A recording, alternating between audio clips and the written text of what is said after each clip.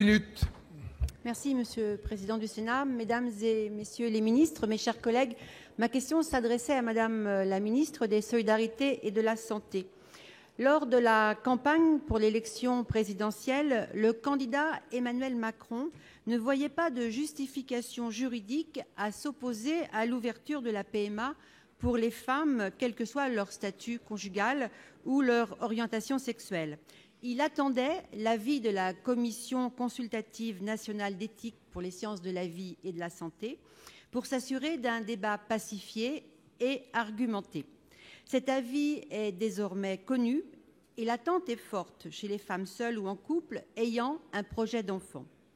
Il n'y a donc plus d'obstacle à ce que l'ouverture intervienne au plus tôt et mette fin à la situation hypocrite qui pousse les femmes françaises à aller en Espagne ou en Belgique pour effectuer une insémination artificielle avec donneur.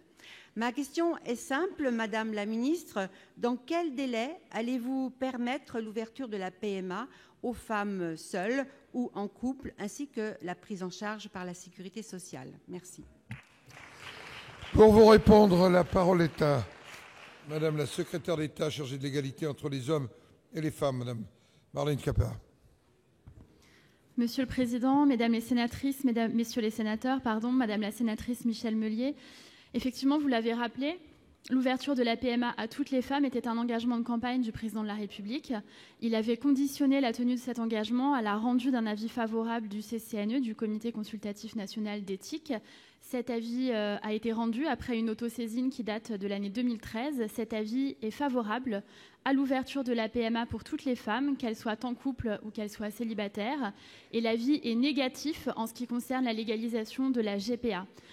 L'avis du CCNE, il est tout à fait en conformité avec les engagements de campagne du Président de la République et avec notre position.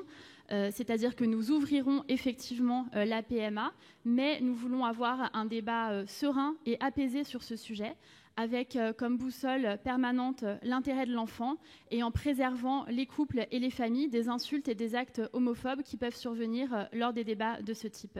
C'est pourquoi, avec mes collègues la garde des Sceaux et la ministre de la Santé et des Solidarités, nous ouvrons en appui du CCNE les états généraux de la bioéthique et nous permettrons d'ouvrir la PMA à l'ensemble des femmes à partir de la révision de la loi bioéthique de 2018. Et je me permets d'ajouter que, conformément aux décisions qui ont été rendues par la Cour européenne des droits de l'homme, nous favoriserons l'inscription des enfants déjà nés de GPA à l'étranger à l'état civil en France. Je vous remercie. Merci. Madame Meunier.